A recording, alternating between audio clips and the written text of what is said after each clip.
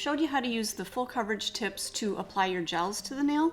I'm going to take that one step further, and for those of you that are comfortable, we're going to sculpt out an extension and then do the overlay with the full coverage tip. So I've already started by prepping the nail. I've pushed back the cuticle, removed the shine, cleansed the nail with swipe, and I've applied my 2 coats of protein bond. Get my form up under the nail. So just like you'd be sculpting a regular extension, and I'm going to pinch that form together. Now I'm using one of our almond shaped tips, so I just kind of want to pinch that form together so that it forms a little bit more of that almond extension. And I'm going to check from my free edge, make sure that my form is up underneath that nail, and pinch nice and tight so that I've got connection all the way through that extension so I don't have any gaps between my natural nail and that form. I'm going to work with our concealer pink base because I'm going to use our concealer pink in our precision applicator tube. Now I'm going to build out my extension with our base. So I'm going to start by just applying a little bit right at my free edge, and I'm just going to bring that all the way from side to side, and then I'm going to just start to give my nail a little bit of a shape here. And I'm going to bring that product up to the sides, making sure I have contact with that whole free edge. Okay? Now at this point, I'm also going to take a little bit more of my base, brush over that whole natural nail, all the way back to my cuticle, and I just want to make sure that that all connects together right at that seam, right at that free edge. And so once I have my extension, I'm going to put that into the light. I'm going to cure that just to kind of freeze it for about 30 seconds. So that has set in the light for about 30 seconds.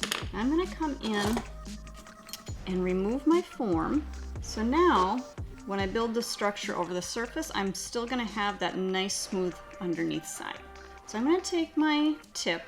Now when you size out your tips when you're doing the overlay this way, you want to size it out about a size larger than what just a regular press-on would be. Okay, so that looks like it's just about kind of almost overlapping my sides a little bit. I'm just going to squeeze a little bit of my product, and I actually just kind of squeeze out just a kind of a thick line right down the center of that nail, and then use just either the nozzle or you can use your brush and just kind of move it from side to side. You don't want to fill the whole entire well of this. You just want to basically coat kind of that inside and just kind of let it self-level. So I still have it kind of thin around the edges, a little bit more thick kind of in that arch area. I'm going to turn that over. I'm going to start at about a 45-degree angle and then just rock this down onto my nail. So this way my gel is going to stay where I want it and it's not going to press out the sides. So I'm going to again just start right by my cuticle area, and I'm not really putting pressure to it. I'm just kind of attaching it and then letting go. And then I'm just going to come back in, press a little bit closer to my cuticle. I'm going to look at that nail straight on, make sure that it's nice and straight on my finger.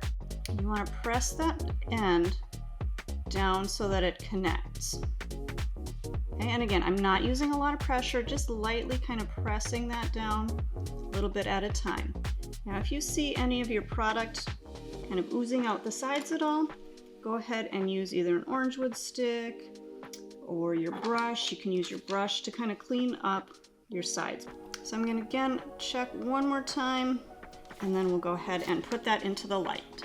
So I'm going to start on my low heat mode, and then we'll work up to slowly curing.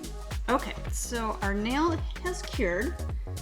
I'm going to take my nippers and just kind of grab the edge of that tip.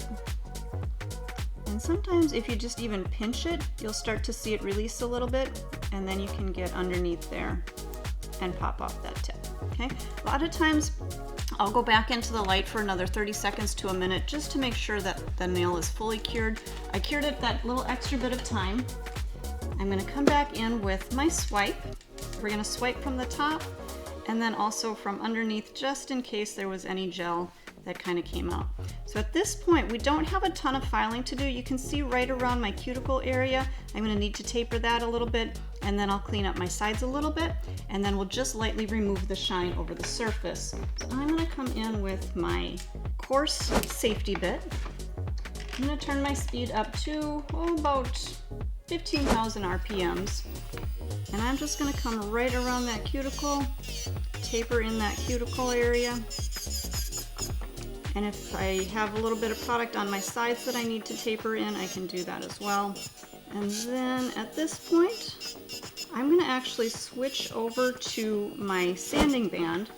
So I like to use my sanding band when I'm working up in that cuticle area, just to really make sure that my product is flush down to the natural nail. I'm going to turn my speed back down to about 5,000 RPMs. And then I can get that sanding band right up into that cuticle area. Get that really nice and tapered down there. Okay. I'm just going to come in with my 150 grit file, and I'm going to clean up my sides, clean up that cuticle area if I need to, clean up my lower arches just a little bit. Okay, I'm going to clean up my shaping here, clean up my free edge a little bit. So one last check, I always turn my hand around so that I can see, make sure that those nails are nice and straight. I'm going to dust off that nail. Again, cleanse with our swipe.